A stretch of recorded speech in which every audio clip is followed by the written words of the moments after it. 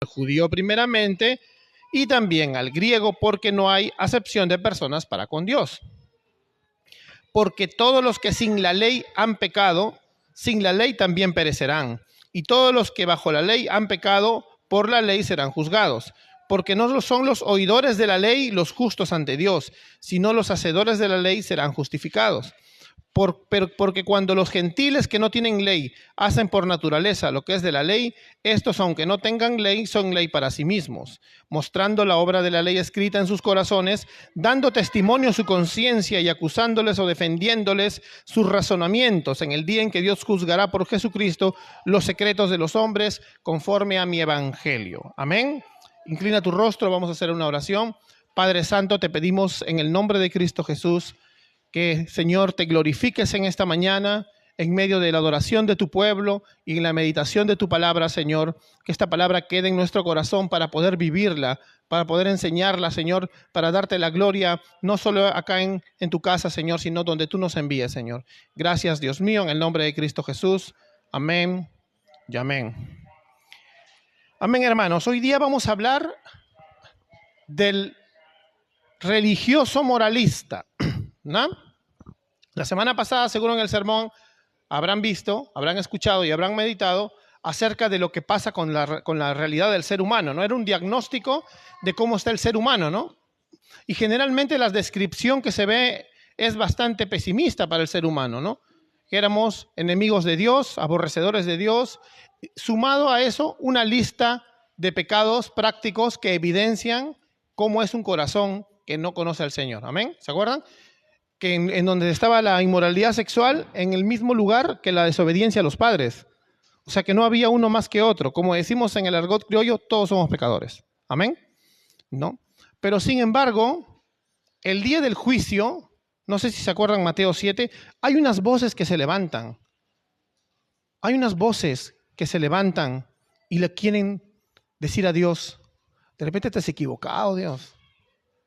¿No? ¿Quiénes son? Los que dicen, Señor, Señor, nosotros hicimos milagros, hicimos muchas cosas para ti. Y Él les dice, nunca los conocí, las tinieblas, ¿no? Alejaos de mí, hacedores de maldad, les dice.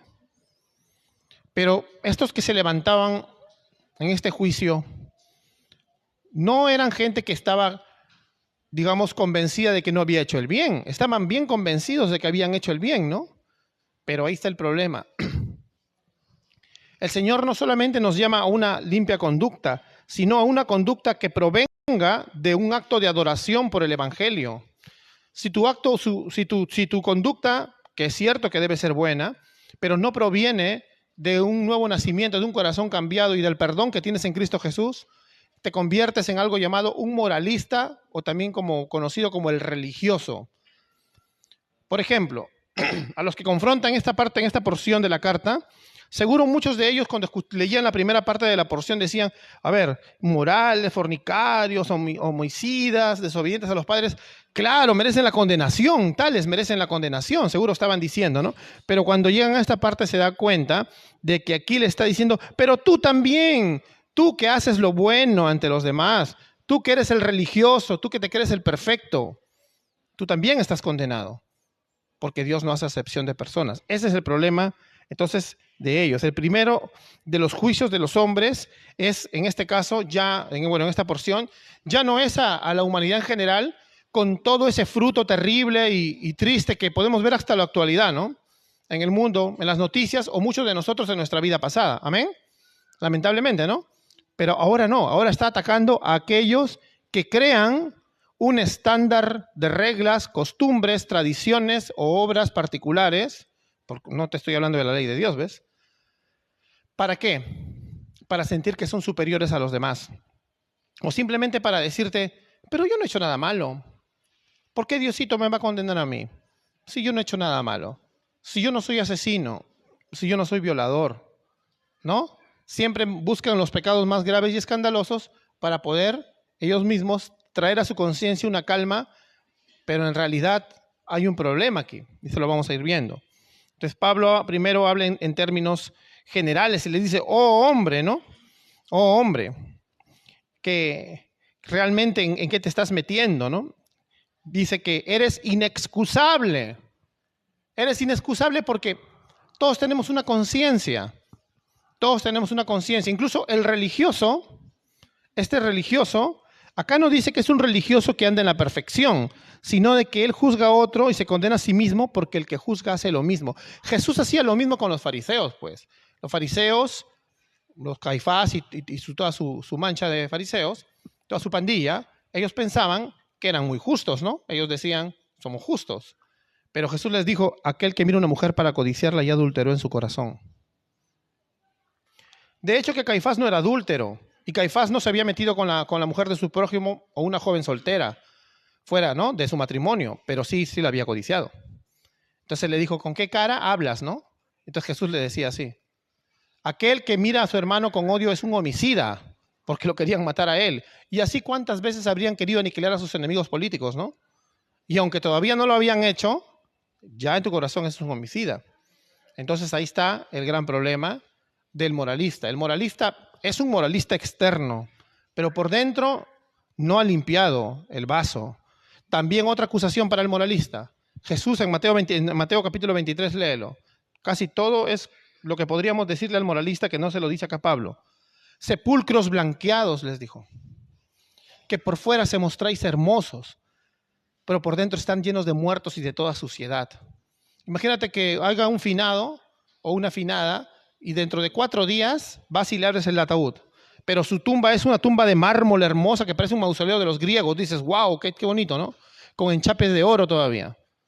Pero cuando tú abres esa tumba, lamentablemente el cuerpo de la persona ya está en descomposición. Ya, eso les está diciendo. Ustedes se limpian por fuera, se maquillan, se decoran, pero por dentro están muertos espiritualmente y encima están podridos espiritualmente.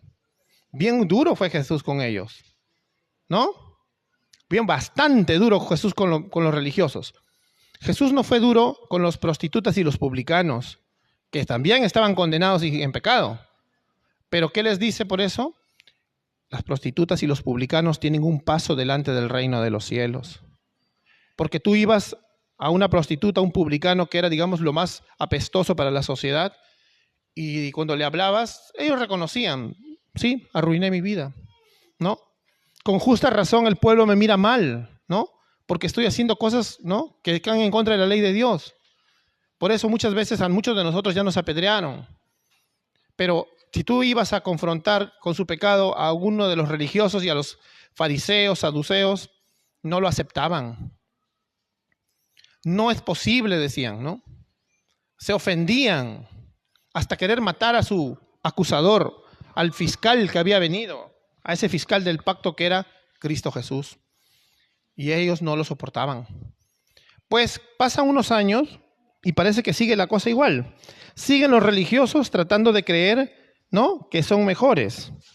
Siguen yendo en contra del juicio justo de Dios. Por eso ellos se convierten en injustos, porque cuando el Señor les dice, ustedes están mal, ¿no?, dice, sabemos que el juicio de Dios contra los que practican tales cosas es según verdad. O sea, ellos dicen, no, es según mentira, porque no es así. No, sí es así. Porque el moralista ha creado una lista de checklists para cumplir, ¿no? Para cumplir. Y una vez que los cumple, cree que eso le asegura la salvación. Ese es el problema. O otros crean una lista de checklists y creen que eso les evidencia que son salvos. Que no es muy diferente que pensar que te aseguras tu salvación, ¿eh? Porque en el fondo de tu corazón, tú estás que pones toda tu confianza no en la obra conclusa de Cristo, sino en las cosas que estás haciendo. Ahora esto va evolucionando, como los fariseos, ¿no? ¿A qué? A que no solamente tienes una checklist donde todas estas reglas te hacen creer que, bueno, al menos yo sí estoy seguro en mi salvación porque yo estoy siguiendo todas las reglas de la denominación o del pastor, ¿no? O mis propias reglas de repente, ¿no? No. Ya una vez que pasas ese nivel, pasas al nivel de juez, ya comienzas tú a juzgar a los demás, como dice acá. Tú que juzgas a los demás, ¿qué haces? Dices, bueno, como yo cumplo el checklist y Juanito no lo cumple o Pepita no lo cumple, están mal espiritualmente. ¿No? A ver, yo tengo mi lista de reglas y si tú no las cumples, tú estás mal espiritualmente. Yo he estado en organizaciones donde creían eso. Y la verdad no eran cosas bíblicas, ni siquiera era la ley de Dios, ¿no? Eran cosas X, que no puedo mencionar porque serían como una lista de 75 cosas. Así. Entonces mejor ya cada uno de los que han tenido experiencia en eso se darán cuenta. El Señor no vino a traerte esa mochila de reglas para que tú las cumplas, para que estés bien espiritualmente. Para tú estar bien espiritualmente tienes que tener una comunión completa, profunda y verdadera con Cristo Jesús, tu único Salvador. Amén. Tienes que tener una comunión tan profunda que estés tan cerca de Él, que sea como el sol y te carbonice y te transforme a la imagen de Cristo. Amén. Tiene que ser tan profunda de que te tienes que sentir feliz en Él. Amén. Ya, esa es la forma de cambiar. Pero si yo te digo, vístete así, una cosa es que yo te diga con la Biblia, vístete con decoro, pero en la Biblia no hay un outfit, ¿no? A menos que te pongas la ropa de los israelitas. Claro, vístete con decoro, sí te voy a decir, seas varón o dama. Pero yo no te voy a decir cómo, así, asá, tu pelo te amarras, no te lo amarres, no te maquillas, no te pongas arete. Si tú quieres, ven con faldota, si quieres, no vengas con faldota. Pero no eres menos espiritual o eres más espiritual porque la uses, ¿no? O si tú comes, por ejemplo, tú tomas café y al otro le parece que el café, no está bien tomar café. Hay hermanos que dicen que no hay que tomar café. Está bien, pues. Tú no puedes, el otro sí puede. Cada uno tiene sus libertades individuales y de conciencia en cosas que no son la ley de Dios. ¿Eh? La ley es la ley. Pero lo que no es una ley se llama, vamos a ponerle, neoley. La neoley es peor que la ley de Dios porque ni siquiera se cumple en Cristo. La neoley es algo que tú te inventas como un estándar para luego comenzar a juzgar a los demás y hasta la cristiandad, ¿no? Porque tú empiezas, por ejemplo, tú, ¿no? Empiezas tú juzgando a los demás con esta lista, pero luego se lo pasas, por ejemplo, si yo tuviera esa lista, se las paso a ustedes, toda nuestra iglesia comienza a jugar a las demás iglesias, hasta una denominación entera podemos convertirnos y juzgan a todos con esas checklists, cuando no es así. Entonces ese problema siempre ha habido, menosprecia el legalista, menosprecia a los demás, pero ellos no se dan cuenta de la realidad de su corazón, que están tan alejados o más que el perdido libertino. El libertino, tarde o temprano, su vida se va a arruinar y Dios le va a hacer entender, y es más fácil, humanamente, digamos, porque al final es una obra del Espíritu Santo, pero es más fácil de que se dé cuenta, ¿no?, de todo el estiércol que has echado encima.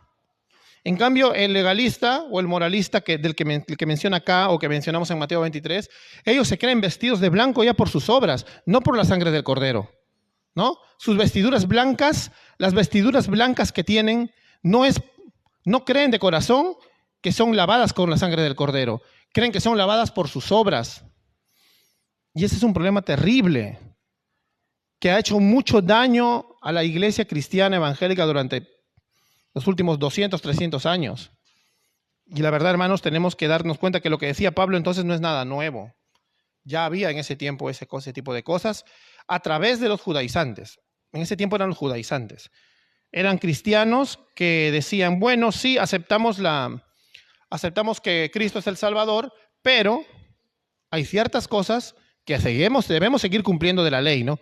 Fiestas, costumbres. Y el que no lo hacía, había problemas, ¿no? Por eso en el libro de Hechos hay un concilio, ¿no?, en Jerusalén, donde se solucionan esas cosas.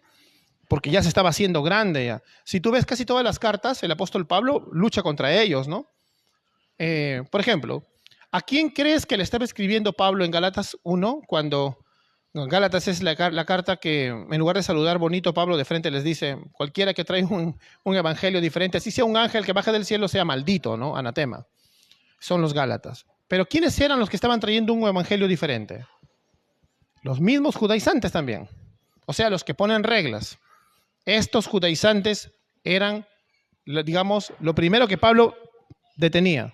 En la carta a los filipenses también, cuando les dice, por lo demás, hermanos, gocémonos en el Señor, porque la carta de Filipenses es del gozo. Pero luego les dice, guardaos de los perros. Mira, fuerte Pablo, ¿ah? Pablo era fuerte. Guardaos de los perros. O sea, digamos que esa palabra perro era un apodo que los judíos le ponían a los gentiles. Pero Pablo le escribe esta carta a Macedonia, a Filipos de Macedonia, donde había gente griega, y le devuelve ¿cómo le dice? Le devuelve el apodo, ¿no? Guárdate de los perros, guárdate de los malos obreros, de los mutiladores del cuerpo, les dice. ¿Quiénes eran los que mutilaban? Imagínate que de Pablo, de ser un judío que tenía la circuncisión en algo como algo bueno y mandato de Dios, le agarra la ira santa, pues, y pone los mutiladores del cuerpo. Porque estaban obligando a los cristianos a circuncidarse. No estaba mal si un cristiano como Timoteo quería hacerlo, ¿no? Bueno, para dar buen testimonio a los judíos y me escuchen, ¿no? Pero que te obliguen, no, porque va en contra de todo el principio del evangelio de la salvación por gracia. Entonces él escribe duro contra ellos. La carta a los Efesios también. Y ahí explica un poco más cómo él, de dos pueblos, ¿no?, rompió la pared de separación para unirnos en un solo Israel, ¿no?, el verdadero Israel. Romanos 2:28, Romanos 9. Ya él siempre tiene esa lucha con esos moralistas. ¿Y quiénes eran los moralistas en ese tiempo? Eran los judaizantes. Ahora, los moralistas están entre nosotros. Cualquiera de nosotros puede tener algo de eso en su corazón, ¿no? Ahora, ¿qué pasa con el moralista? El moralista tiene un problema, que de repente, así como el inmoral, no se ha arrepentido. Porque arrepentimiento significa abandonarte, rendirte y dejarte en manos de Dios. Dejar de confiar en lo que confiabas en el mundo, ahora voltear a Dios. En este caso, si yo soy un judío, debo dejar de confiar en las obras que hago y echarme en Cristo, ¿no? Descansar en Cristo, en sentirme feliz en Cristo, ser conformado a Cristo, ya no estar viendo a ver qué tengo que hacer hoy, esto, para mantenerme a mi salvación o para sentirme salvo, ¿no? Pero sin embargo, este moralista, judío o judaizante, porque ya puede ser un romano que ya lo judaizaron, siempre tiende a estar buscando qué hacer. Y mira lo que dice acá, entonces, dice en el verso 4, o que después te pasa, ¿no? Menosprecias las riquezas de su benignidad, paciencia, longanimidad, ignorando que su benignidad te guía al arrepentimiento, pero por tu dureza y por tu corazón no arrepentido, atesoras para ti mismo ira para el día de la ira y de la revelación del justo juicio de Dios, el cual pagará cada uno conforme a tus obras. O sea que si a ti te gustan tanto las obras, acuérdate que la salvación es por gracia, ¿ya? Pero si tú no estás en Cristo, o sea, tú no estás en Cristo Jesús, Él no es tu identidad, no estás justificado por la fe, tú no estás en Cristo, sí vas a ser juzgado por obras. Porque cuando te pares delante del trono, o está Cristo o estás tú. ¿Y qué es lo que tienes tú? Tus obras. ¿Y tus obras qué van a ser? Condenadas. Y eso es lo que le está diciendo a los moralistas. Deja de estar esforzándote en solamente tradiciones, que todo eso no sirve de nada. Es más, estás pisoteando el evangelio que te está diciendo, toma. Cristo es el evangelio, Dios es el evangelio. Él te está regalando a su hijo y tú le dices, no, Señor, te tengo que dar un sencillo de mis obras, a ver cuánto te debo. Algo así. Tú mismo estás que tratas de comprar tu salvación, ¿no? Incluso te puedes hasta decir, sí, pero qué fácil, pues no. Me acuerdo que hace años un hermano que ya aprendió más, pero que estaba en una iglesia, y él me decía, casi que fácil, pues no, que solamente hay que creer y no hay que obrar. Digo, las obras son un fruto, pero no son un condicional. Pero este hermano le decía, sí, qué fácil. No, no es fácil, es imposible ser salvo sin la gracia única de Cristo. Amén. Nadie se va a salvar por obras, hermanos. Entonces, como acá los judaizantes, cuando nosotros perseveramos en tratar de comprarlo a Dios con nuestras obras, solo terminamos ignorando su bondad que nos guía al arrepentimiento. ¿Y qué dice? Lamentablemente, aquel que está confiando en sus obras para salvación, ¿qué dice? Atesora para sí mismo ira para el día de la ira. O sea, se aferra a la condenación. Claro, se aferra a la condenación ya no del libertino del capítulo 1, sino a la condenación del moralista, a la condenación a la cual se aferraban los fariseos, por ejemplo, ¿no? Hermanos, cuidemos nuestro corazón de estar confiando en lo que hacemos.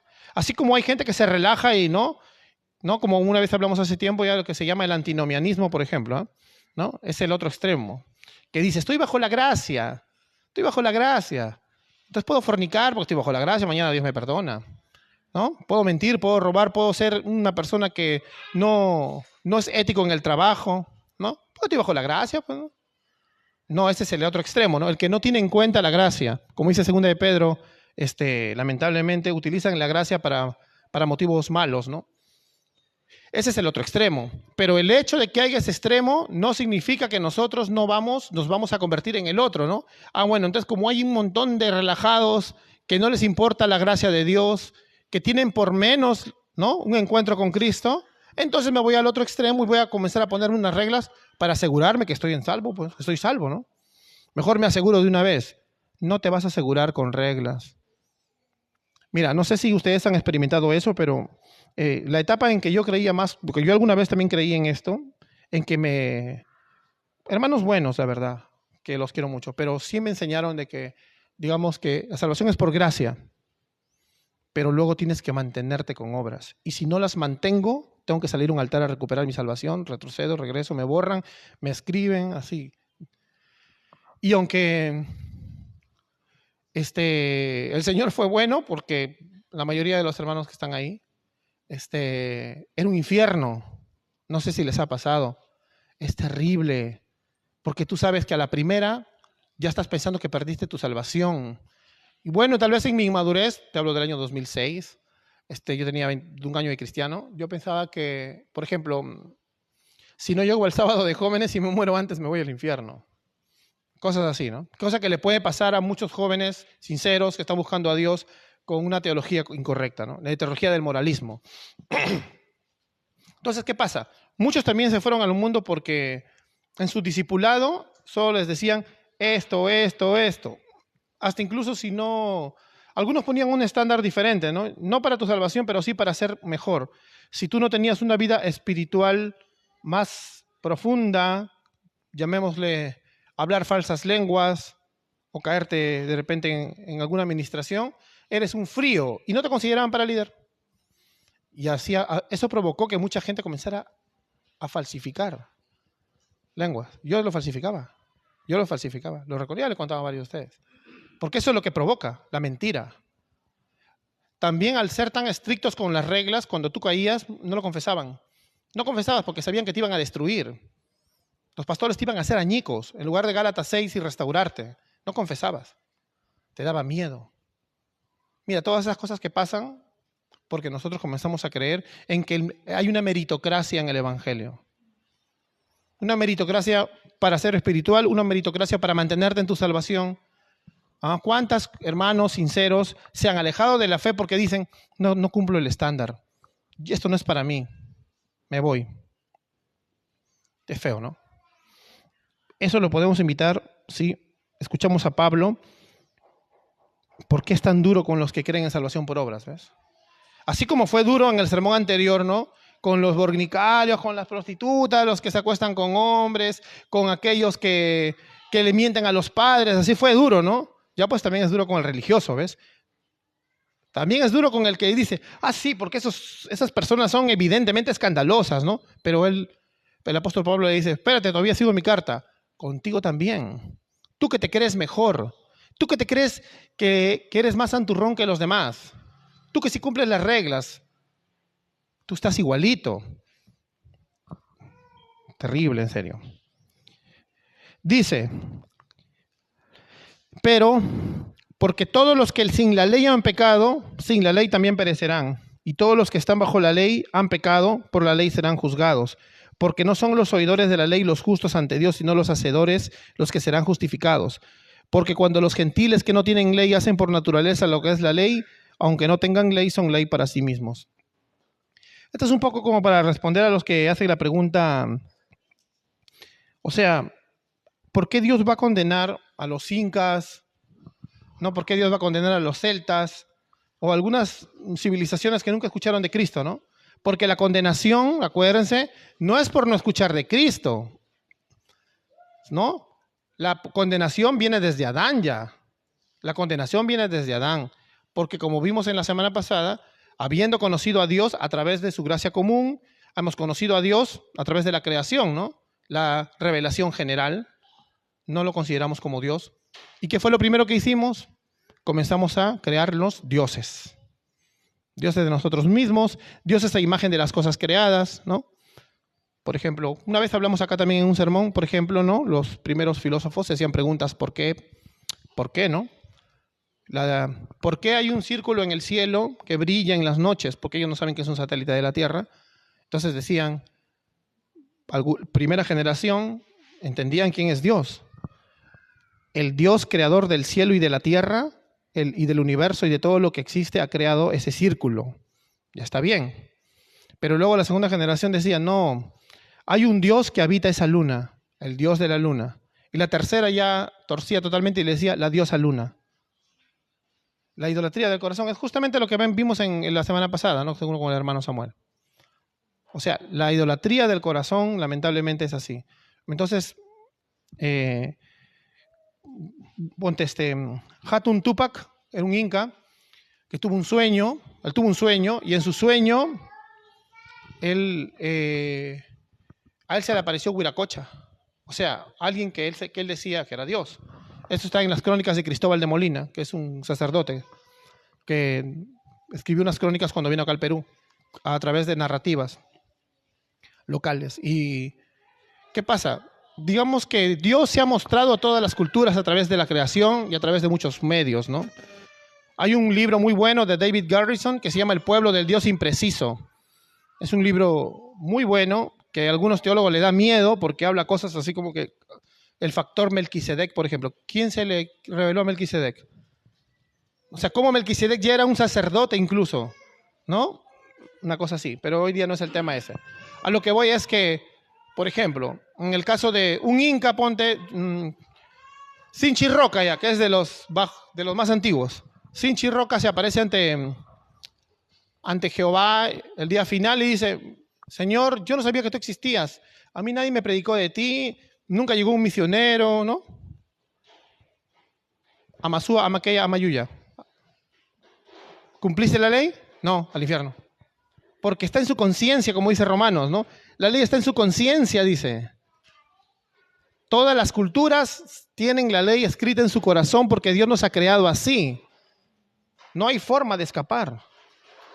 Y así podríamos ir con Shanti, que es el equivalente a Adonai en China, ¿no? Y así con Uruk, con los reyes de los sumerios, y así. En todas las culturas más antiguas. Es equivalente, antes de que se convirtieran en politeístas, ¿no? Es equivalente, ¿eh? El código de Hammurabi es parecido a la ley de Dios. Es equivalente, porque en la ley de Dios está en nuestro corazón y en nuestra conciencia. No hay forma de escapar. Entonces la condenación, hay gente que ha creído en Dios y hay gente que no. Lamentablemente nosotros a veces tergiversamos todo y creemos que simplemente cumpliendo un montón de reglas nos vamos a salvar. Y no es así, hermanos. Amén. A ver. Los gentiles que no tienen la ley de Moisés, entonces serán juzgados también, pero bajo estos criterios, ¿no? Todo ser humano tiene una conciencia de lo bueno y de lo malo, y los gentiles serán juzgados según esa conciencia. Los judíos o las civilizaciones que hemos llegado a obtener la Biblia, seremos juzgados de acuerdo al estándar de las escrituras que conocimos. A Dios no se le va a escapar eso. Pero el juicio es igual universal.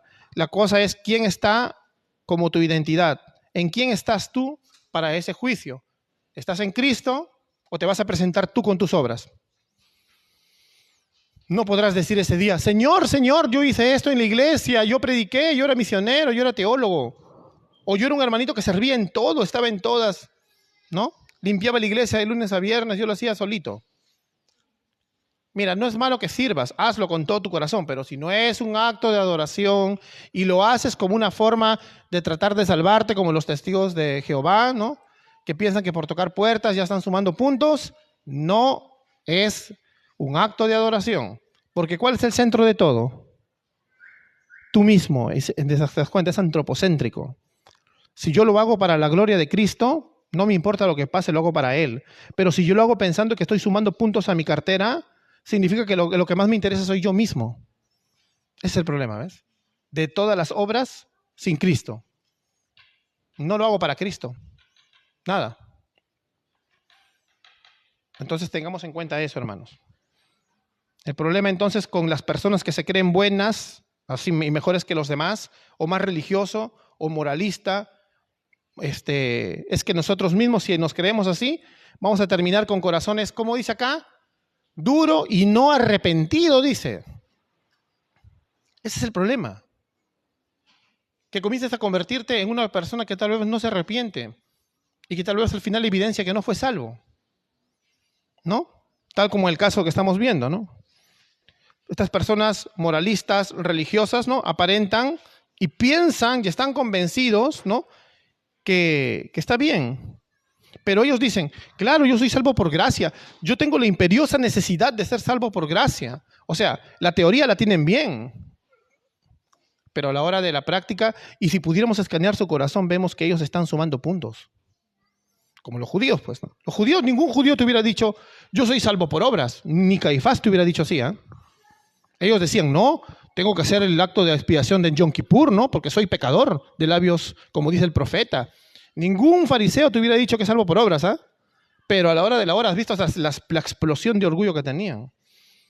Hasta oraban para que todos los escuchen, ¿no? Ah, oraban así fuertísimo delante de todos. Entonces,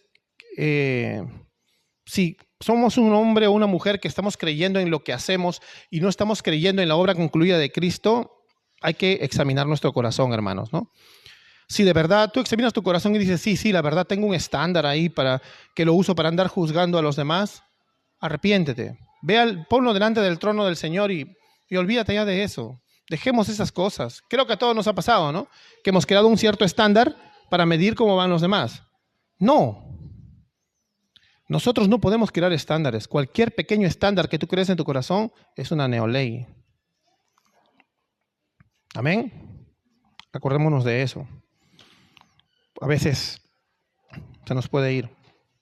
Recuerdo que somos salvos por gracia, pero tu corazón, eso sí, debe vivir el fruto del Espíritu Santo. Esto no es un llamado a que, porque también como te digo, el otro extremo, ¿no? Como hay un montón de legalistas o gente moralista o nosotros mismos con errores de crear estándares, vamos a relajarnos y vamos a ser desobedientes. Por eso es la necesidad que escudriñe las Escrituras desde Génesis hasta Apocalipsis y obedezcas lo que Dios sí ha mandado. Empezando por el Nuevo Testamento, que es en donde estamos en el Nuevo Pacto nosotros, haz discípulos. Preocúpate, mira, porque si tú no haces discípulos, como les dije hace tiempo, ahí estás en desobediencia, pues. ¿Quieres que te diga tus pecados? No haces discípulos. Pecador. Porque no estás haciendo discípulos, pues. Pecado es romper los mandamientos de Dios. ¿Y qué te ha mandado Dios a hacer? Discípulos. No invitar gente, ¿ah? No está mal que invites gente a la iglesia. Pero no es cosa de invitar. Es que tú lo discipules. Tú, no el pastor. Tú, no solo el líder del grupo. Llévalo a tu grupo si quieres. Pero no, discípulos. Discípulo también no es ir los sábados, jueves, como nos reunamos, donde te toque, y estar ahí sentadote. Ah, ya cumplí con mis jueves ya. Ese se llama piloto automático del holgazán. No, haz discípulos, porque si no hacemos discípulos, estamos en desobediencia. Ya, ese es un pecadito para que sepas, y tú mismo analizas, ¿soy pecador o no? Ay, sí, preocúpate, pues ya ahí preocúpate. Estrésate, ¿no? Estrésate ahora sí, ahí sí estrésate. Estamos salvos por gracia, pero estamos llamados a obedecer. No las reglas tontas, ¿ves? Haz esto, vístete así, no hagas, no, eso no. Pero lo que Cristo manda sí. Entonces, para que tú te sientas no cargado con cosas extras, más bien cárgate de las cosas santas y cárgate de las cosas buenas. ¿Has orado por tu prójimo? Cuando una persona te pone en el grupo, por ejemplo, o te llama de repente tu amigo cristiano, ora por mí, ¿oras? O le dices sí y no lo haces. Es pecado, porque le estás mintiendo. Él está esperanzado en tu intercesión como parte de la iglesia de Cristo y tú le estás engañando. Ah, también es pecado, ¿ves? Entonces yo sé que hay cosas que no debemos estar preocupándonos y perdiendo el tiempo. Pero en esto no, ¿ves? En esto sí estrésate, preocúpate, siéntete mal, porque eso es lo bueno, ¿no? Eso sí es lo bueno delante de Dios, lo que sí nos ha mandado a hacer. Entonces la cruz no solo es un cambio moralista para tener ciertas costumbres religiosas. La cruz tiene que haber destrozado lo más interno de nuestro viejo hombre. Aún vamos a estar luchando con él, pero la cruz va a romper todo ese y te va a comenzar a cambiar y conformar a la imagen de Cristo. Y si no te está conformando a la imagen de Cristo, tienes que examinar tu fe. Amén. Pero Dios quiere lo mejor para ti. Tiene pensamientos de bien y no de mal. Pero todas esas cosas y bendiciones que estén, ¿dónde dice Efesios que están? En los lugares celestiales, en Cristo. Entonces no las estés buscando en otras cosas. Búscalas en Él. Obedécele a Él. Obedece lo que Él dice. Amén. No busques reemplazantes putrefactos del gozo. No busques estar seguro en cosas que no son Cristo. Es mejor estar seguro en Cristo y luego vaciar mi seguridad sobre mi prójimo, mi familia, sentirme que puedo compartir mi seguridad con ellos. Busca primero ser feliz en Cristo y luego comparto esa felicidad con ellos. Porque si tú buscas en otras fuentes, les vas a compartir una felicidad falsa que luego se acaba y comienzan los problemas. Nosotros somos tendientes a eso como humanos. Entonces, la lucha verdadera es tener una comunión profunda, real y obediente a nuestro Rey. Amén. Que viva el Señor. Vamos a ponte de pie, vamos a terminar en oración. Inclina tu rostro, por favor. Vamos a orar a Cristo, nuestro Señor, nuestro Salvador y nuestro Rey. Amado Padre Celestial,